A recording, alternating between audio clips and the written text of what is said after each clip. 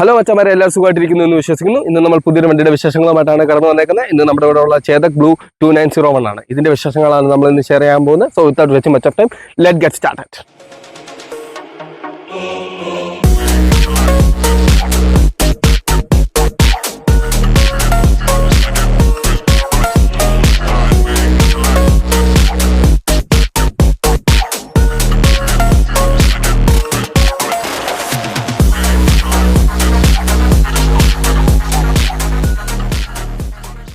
വീഡിയോയിലേക്ക് കിടക്കുന്നതിന് മുമ്പ് നിങ്ങളോട് ഒരു സന്തോഷ വാർത്ത ഷെയർ ചെയ്യാറുണ്ട്. നിങ്ങളുടെ എല്ലാവരുടെയും സപ്പോർട്ട് കാരണം നമ്മുടെ ചാനൽ 1K ക്രോസ് ചെയ്തിരിക്കുന്നു.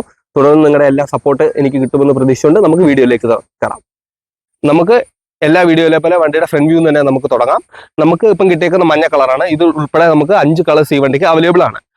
വണ്ടിയുടെ നമ്മുടെ ഫ്രണ്ടിൽ നമ്മൾ നേരത്തെ കണ്ട ചേതക്കിലെ പോലെ തന്നെ നമുക്കൊരു ഹെഡ്ലാമ്പ് യൂണിറ്റ് ഇവിടെ കൊടുത്തിട്ടുണ്ട്. അത് തന്നെ ചേതക്കിന്റെ ഒരു ലോഗോ കൊടുത്തിട്ടുണ്ട്. പിന്നെ ബ്ലാക്ക് ഫിനിഷും നമുക്ക് ഇവിടെ കൊടുത്തിട്ടുണ്ട്.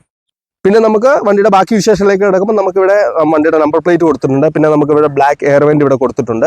പിന്നെ നമുക്ക് LED ഇൻഡിക്കേറ്റർ യൂണിറ്റ് 2 സൈഡിലും കാണാൻ പറ്റുന്നുണ്ട്. അതിൽ നമുക്കൊരു ബ്ലാക്ക് ഫിനിഷിംഗ് നമുക്ക് കമ്പനി കൊടുത്തിട്ടുണ്ട്. പിന്നെ ഇവിടെ ഒരു ചേതക്കിന്റെ എഴുത്ത് കൊടുത്തിട്ടുണ്ട്. പിന്നെ നമ്മുടെ ഫൈബർ ഫെൻഡർ ആണ് നമുക്ക് ഫ്രണ്ടിൽ കൊടുത്തേക്കുന്നത്.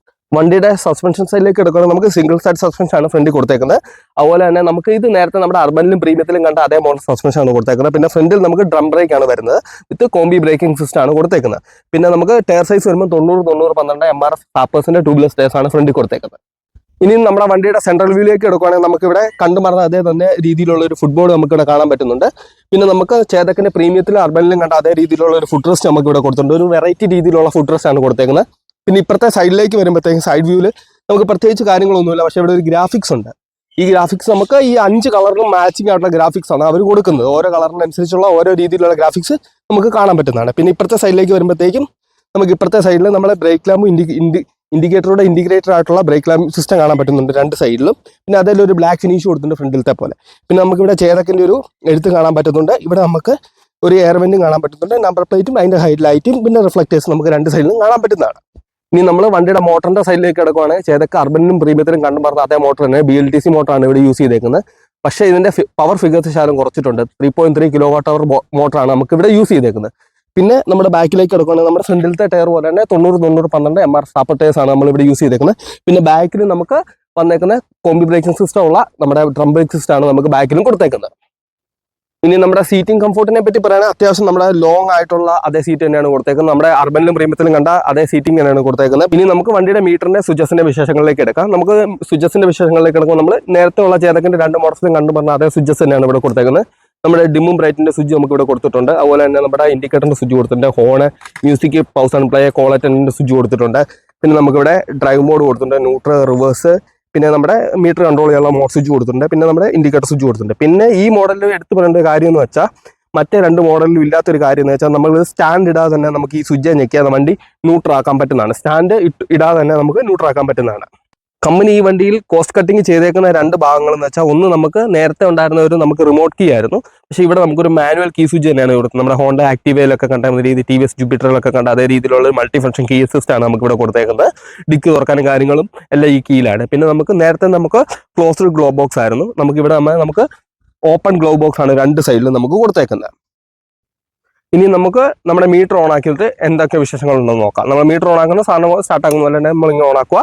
ഇനി നമുക്ക് വണ്ടിയുടെ മീറ്ററിന്റെ വിശേഷങ്ങളിലേക്ക് എടുക്കാം. നമുക്ക് മീറ്ററിൽ തന്നെ നമുക്ക് ഇവിടെ ഒരു ചേതക്കിന്റെ സിമ്പിൾ കൊടുത്തിട്ടുണ്ട്. പിന്നെ മീറ്റർ ഓണായി വരുന്നത് ഇങ്ങനെയാണ്. നമുക്ക് ബ്ലൂ കളറാണ് കൂടുതൽ നമുക്ക് ഈ മീറ്ററിൽ കൊടുത്തേക്കുന്നത്. പിന്നെ നമുക്ക് ന്യൂട്രന്റെ ലൈറ്റ് നമുക്ക് ഇവിടെ കാണാൻ പറ്റുന്നു. നമ്മുടെ സ്പീഡോമീറ്റർ കാണാൻ പറ്റുന്നുണ്ട്. നമ്മുടെ വണ്ടിയുടെ റേഞ്ച് ഇനി എത്ര ഉണ്ടെന്ന് കാണാൻ പറ്റുന്നു. ന്യൂട്രൽ സിമ്പിൾ കാണാൻ പറ്റുന്നുണ്ട്.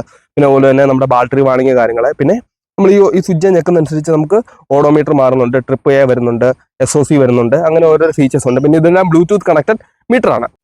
നമുക്കിനി ഈ വണ്ടിയുടെ അണ്ടർ സീറ്റ് സ്റ്റോറേജ് എത്ര ഉണ്ടെന്ന് നമുക്ക് നോക്കാം. അത് നമ്മൾ സാധാരണ പോലെ തന്നെ ഇപ്പോഴത്തെ സെല്ലിട്ട് നമ്മൾ പുഷ് ചെയ്ത് തിരിച്ച് കഴിയുമ്പോൾ നമുക്ക് സീറ്റ് ഓപ്പൺ ആയി വരും. സീറ്റിൻ്റെ അകത്ത് നമുക്ക് നേരത്തെ അർബനിലും പ്രീമിയത്തിലും കണ്ട പോലെ തന്നെ 21 ലിറ്റർ അണ്ടർ സ്റ്റോറേജ് സ്പേസ് ആണ് നമുക്ക് ഇതിന് കൊടുത്തേക്കുന്നത്. പിന്നെ ചാർജിങ് നമുക്ക് നേരത്തെ പോലെ തന്നെ നമുക്ക് സീറ്റിൻ്റെ അടിയിൽ തന്നെയാണ് ചാർജിങ് സോക്കറ്റ് കൊടുത്തേക്കുന്നത്. നമുക്കിത് പഴയ പോലെ തന്നെ നേരത്തെ പോലെ തന്നെ ഹൈഡ്രോളിക് ആയിട്ടാണ് വന്ന് അറിയുന്നത്. ഇത് കണ്ടില്ലേ, നമ്മുടെ ഒറ്റയിരിക്കും വീഴുന്ന പരിപാടിയൊന്നുമില്ല. ഹൈഡ്രോളിക്കായിട്ട് വന്ന് താഴെ വന്നാൽ അടഞ്ഞ് സിസ്റ്റം ലോക്ക് ആകുന്ന രീതിയിലാണ് കമ്പനി കൊടുത്തേക്കുന്നത്. പിന്നെ ഈ വണ്ടിയുടെ ബാക്കി ഫീച്ചേഴ്സിലേക്ക് കിടക്കുകയാണെങ്കിൽ ഈ വണ്ടി പവർ ചെയ്തേക്കുന്നത് വെച്ചാൽ 2.88 kWh ബാറ്ററിയാണ് ഈ വണ്ടിക്ക് പവർ ചെയ്തേക്കുന്നത്. പിന്നെ നമുക്ക് ഇതിന്റെ ടോപ്പ് സ്പീഡ് എന്ന് വെച്ചാൽ 63 km/h ആണ്. പിന്നെ വണ്ടിയുടെ സർട്ടിഫൈഡ് റേഞ്ച് എന്ന് വെച്ചാൽ 123 km ആണ്. പക്ഷേ നമ്മുടെ സിറ്റി യൂസേജിൽ ഓൺ ആൻ ആവറേജ് എന്തായാലും 100+ ഈ വണ്ടി എന്തായാലും ഉറപ്പാണ്.